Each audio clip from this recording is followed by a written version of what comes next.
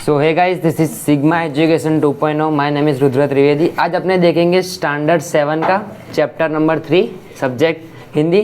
Chapter number 3 है सच्चा हीरा। Chapter का नाम है सच्चा हीरा। देखते हैं इसके अंदर, देखो इसके अंदर चार माएँ होती है, वो एक जगह पे इकट्ठा होती है, फिर अपने अपने लड़कों के बारे में वो लोग बातें करते हैं कि उसके अंदर इनका बच्चा कैसा है, ये है ना। तो एक का बच्चा होता है, एक वो बहुत पढ़ने में होशियार होता है, एक का बच्चा होता है कि जो अच्छा गा सकता है, एक का बच्चा होता है जो बलवान होता है, और चौथे का जो बच्चा होता है उसमें अंदर कुछ क्वालिटी होती नहीं है, पर वो कैसा होता है, संस्कारी होता है ना। वो देखते चैप्टर में देखो, सूर्य अस्त हो रहा था, पक्षी चहचहाते हुए अपने अपने नीड़ की ओर जा रहे थे। सूर्य अस्त हो रहा था मतलब रात होने वाली थी। पक्षी चहचहाते मतलब वो अपना बोलते बोलते हुए अपने नीड़ की ओर, नीड़ मतलब उनके घर था, माला समझो, माले की ओर वो जा रहे थे। गांव की कुछ स्त्रियां पानी लेने के लिए अब घड़े लेकर कुएं की ओर चल पड़ी। गांव की कुछ स्त्रियां मतलब कोई भी गांव की कुछ 4-5 जो लड़कियां होंगी, वो क्या स्त्रियां, वो पानी लेके, औरत है जो पानी लेने के लिए घड़े लेकर कुएं की तरफ पहुंची। कुएं मतलब पता है ना क्या होता है ना। तो कुएं की तरफ वो पहुंची। पानी भरकर कुछ स्त्रियां तो अपने घरों को लौट गई, परंतु उनमें से 4 कुएं की पक्की जगत पर बैठकर आपस में इधर उधर की बातें करने लगी। ठीक है, देखो उसमें से कुछ स्त्रियां मतलब समझो 10-12 गई होगी, उसमें से आधी मतलब 8 जो स्त्रियां थी वो वापस अपने घर की ओर चल पड़ी। उसमें से सिर्फ 4, ये जो 4 दिख रही है ना, वो 4 उस कुएं के पास बैठकर उधर की बातें करने लगी। ठीक है, बातचीत करते करते बात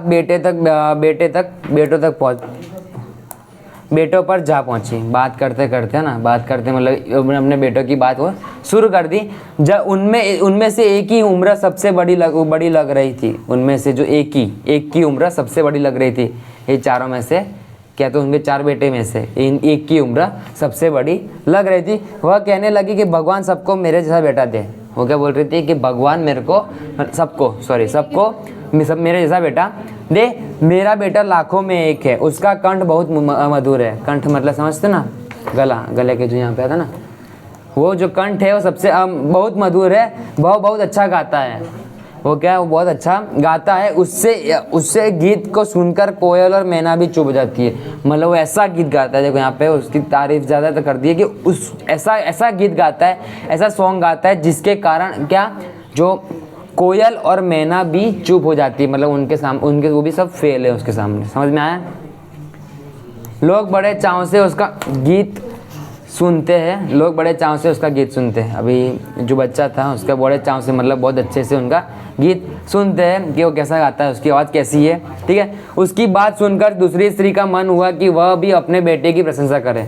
उसकी बात सुनकर, अभी देखो 4 स्त्री थी, उसमें से एक स्त्री ने क्या बोला कि उसका बेटा बहुत अच्छा गाता है। ठीक है, तो वो बात सुनकर उसकी जो दूसरी स्त्री थी उसने भी अपना बेटे की तारीफ करना शुरू किया। उसका मन हुआ कि वह अपने बेटे की प्रशंसा करे मतलब तारीफ करे। उसने पहली स्त्री से कहा, मेरे बेटे की बराबरी कोई नहीं कर सकता, वह बहुत ही शक्तिशाली और बहादुर है। मतलब क्या, वो जो पहली स्त्री का जो बच्चा था वो कैसा था, एकदम गाने में अच्छा था। ठीक है, पर मेरे बेटे की बराबरी, दूसरी स्त्री क्या बोल रही है कि मेरे बेटे की बराबरी कोई नहीं कर सकता, वह बहुत ही शक्तिशाली और बहादुर है। उसकी तारीफ के लिए क्या बोल रहे हैं, वो शक्तिशाली है, बहादुर है। वह बड़े बहादुरों को भी पछाड़ देता है। मतलब कितने भी बड़े पहलवान या कुछ भी हो, उनको भी वो पछाड़ देता है। वह आधुनिक युग का भीम है। आधुनिक युग मतलब जो अभी का टाइम चल रहा है, आधुनिक है ना, टेक्नोलॉजी वाला समय, उसके अंदर का वो क्या है, भीम है। यह सब सुनकर तीसरी औरत भला कैसे चुप रहती। अब ये सब देखो, 2 औरत थी, अपने बेटों की तारीफ की, अब बाकी की 2 औरत भी कुछ बोलेगी अपने बेटों के बारे में। तो देखो तीसरी औरत क्या बोलती, थोड़ी चुप रहती। वह बोल उठी, मेरा बेटा साक्षात बृहस्पति का अवतार है। बृहस्पति मतलब पता क्या होता है, बोल अंदर नहीं, वीडियो में भगवान। ऐसा क्या, एकदम वो कुछ भी एक बार पढ़ लेता है, वो लाइव उसको याद रह जाता है। ठीक है, बृहस्पति का अवतार मतलब समझो भगवान अवतार है। वह कुछ भी पढ़ता है एकदम याद कर लेता है। वो कुछ भी मतलब एक बार रीडिंग करता है, वो सब उसको याद रह जाता है। ऐसा लगता है कि मानो उसके कंठ में सरस्वती का निवास हो। उसके कंठ में मतलब उसके गले के अंदर सरस्वती का निवास हो, मतलब सरस्वती जो माता है उनका वहाँ पे घर हो। ठीक है, अब देखते देखो दूसरा पेज। कि दूसरा वेद में क्या है, तीनों औरतों की बात सुनकर चौथी स्त्री चुपचाप बैठी रही।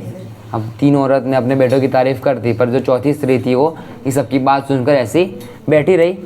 फिर देखते हो क्या बोलती है, उससे अपने बेटे के बारे में कुछ न कहा। पहली ने उसे टोकते हुए कहा कि क्यों बहन तुम क्यों चुप हो। उसने बोला कि क्यों बहन आप क्यों चुप हो, आप भी अपने बेटे की तारीफ करो, तुम भी तो अपने बेटे के बारे में कुछ बताओ, तुम भी जो अपने बेटे के बारे में कुछ बताओ। चौथी स्त्री ने बड़े ही सहज भाव से कहा, सहज भाव से मतलब पता है एकदम शांति से, समझो है ना, शांति से कहा कि मैं अपने बेटे की क्या प्रशंसा करूं, मैं मेरे बेटे की क्या प्रशंसा करूं। वह न तो गंधर्व सा नायक, गंधर्व सा मतलब क्या, एकदम अच्छा सा गायक है, न भीम क्या, ना पहलवान है मतलब बलवान है, और न ही बृहस्पति सा बुद्धिमान, मतलब ना ही बृहस्पति जैसा वो बुद्धिमान है। कुछ समय बाद जब वे अब सब अपने घड़े सिर पर रखकर लौटने लगी, तभी किसी गीत का मधुर स्वर सुनाई पड़ा। अब देखो वो जहाँ पे वो लोग बैठे थे, ठीक है, वहाँ से वो चारों स्त्री अपने घर जाने के लिए वो निकलना शुरू ही किया था, तभी किसी गीत का मधुर स्वर सुनाई दे रहा था। किसी गीत का मतलब कोई गीत सॉन्ग गा रहा, उसका आवाज़ सुनाई दे रहा था। सुनकर पहली स्त्री बोली, सुनो मेरा हीरा आ गया। मतलब जो पहली स्त्री नहीं, उसका बेटा क्या था एकदम गाने के अंदर अच्छा था, ठीक है। तो सुनो मेरा हीरा गा रहा है, तुम लोगों ने सुना उसका कंठ कितना मधुर है। तुम लोगों ने सुना कि इसका कंठ कितना मधुर है। वह लड़का गीत गाता हुआ उसी रास्ते से निकल गया। अब उसी रास्ते पे वो लड़का गीत गाता हुआ उसी रास्ते से निकल गया। उसने अपनी माँ की ओर कोई ध्यान नहीं दिया। अभी वो वहाँ पे उसकी माँ ने ऊपर घड़ा पे ना, पानी के घड़े ऊपर रखे हुए थे, तो उसके देखते हुए भी वो अनदेखा करके चला गया।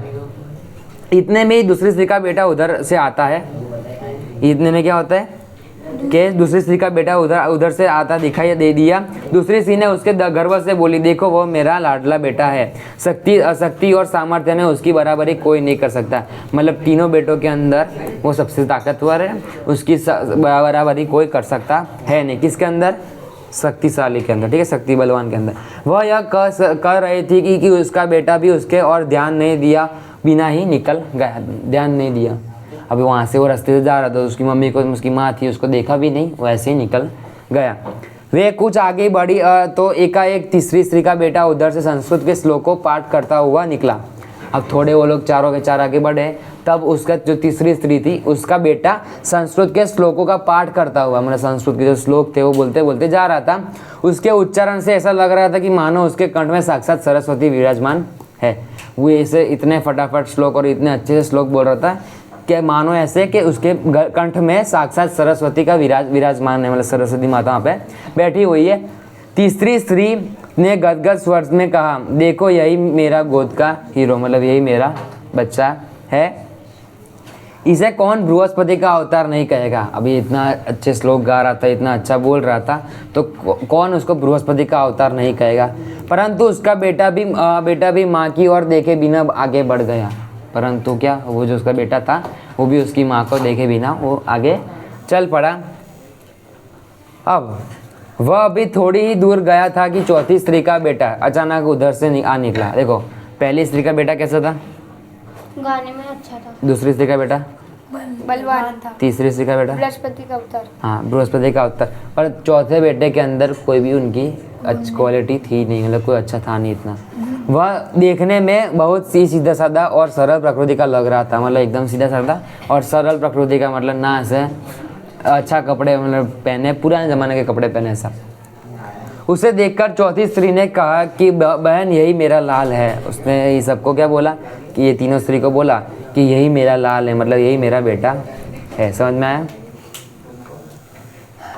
अब चौथी स्त्री उसके बारे में बता रही थी कि उसका बेटा पास पहुंचा। अपनी माँ को देखकर वह रुक गया और बोला, माँ लाओ तुम्हारा घड़ा पहुंचा दूँ। मतलब क्या, उसने अपने संस्कार बताया, क्या किया, आया और क्या बोला कि लाओ माँ को देखकर वह लड़का वह रुक गया और बोला, माँ लाओ तुम्हारा घड़ा पहुंचा दूँ। मतलब जो घड़ा अपने ने उस सर के ऊपर रखा है वो मैं घर पे पहुंचा दूँ। मना करने पर भी उसकी माँ के सिर पर से पानी से भरा हुआ घड़ा उतार कर अपने सिर पर रखा। अब क्या हुआ कि उसकी मम्मी ने ना बोला, उसकी माँ ने उसको ना बोला कि घड़ा मैं लेके चली जाऊंगी, तो भी उसने माँ की सिर से पानी से भरा घड़ा उतार कर अपने सिर पर रखा और घर की ओर चला गया। और उसने उसकी मम्मी की मदद की, जो उसके सर पर भारी घड़ा रखा था उसने अपने घर पे पहुंचा दिया। ठीक है, ये लास्ट वाला है कि तीनों औरतें बड़ी आश्चर्य से चौथी स्त्री के बेटे को देखती रही। अभी तीनों आश्चर्य से मतलब समझते ना, एकदम शौक होकर, और उसके चौथे बेटे की जो चौथी स्त्री के बेटे थी उसको देखती रही। एक वृद्ध महिला जो बहुत देर से इन औरतों के पीछे चलती हुई इनकी बातें सुन रही थी, पास आकर बोला, देखती क्यों, यही सच्चा हीरा है। मतलब जो उसके देखो वो तीनों के पीछे, चारों के पीछे एक बुढ़ी औरत चल रही थी। आपने देखा ना इसके अंदर, ये देखो है ना, एक बुढ़ी औरत चल रही थी, उससे पास आकर मना करने पर भी उसकी सॉरी ये रहा है ना, पीछे चलती हुई उनकी बातें सुन रही थी, पास आकर बोला, देखती क्या हो, है ना। उन तीनों को बोलते हैं कि देखती क्या हो, यही सच्चा हीरा है। मतलब जो चौथी स्त्री का बेटा है वही सच्चा हीरा है। ठीक है, समझ में आया। देखो ये शब्दार्थ है यहाँ पे। हीरा तो नरतन बहुत ही अच्छा आदमी। चाहना मतलब चहकाना, नीड मतलब घोंसला, कंठ मतलब गला, आवाज़, स्वर। चाव मतलब इच्छा, प्रबल इच्छा, लगन। प्रशंसा मतलब तारीफ, बराबरी मतलब तुलना, सामर्थ्य मतलब बल, पछाड़ना मतलब हराना, आधुनिक मतलब अभी की समझो, है ना, टेक्नोलॉजी वाली। बृहस्पति मतलब देवों के गुरु, साक्षात मतलब सामने, निवास मतलब घर, टोकना, रोकना, समझो। ठीक है, पढ़ लोगे, इसकी एक्सरसाइज है। ठीक है, दिस इज सिग्मा एजुकेशन 2.0।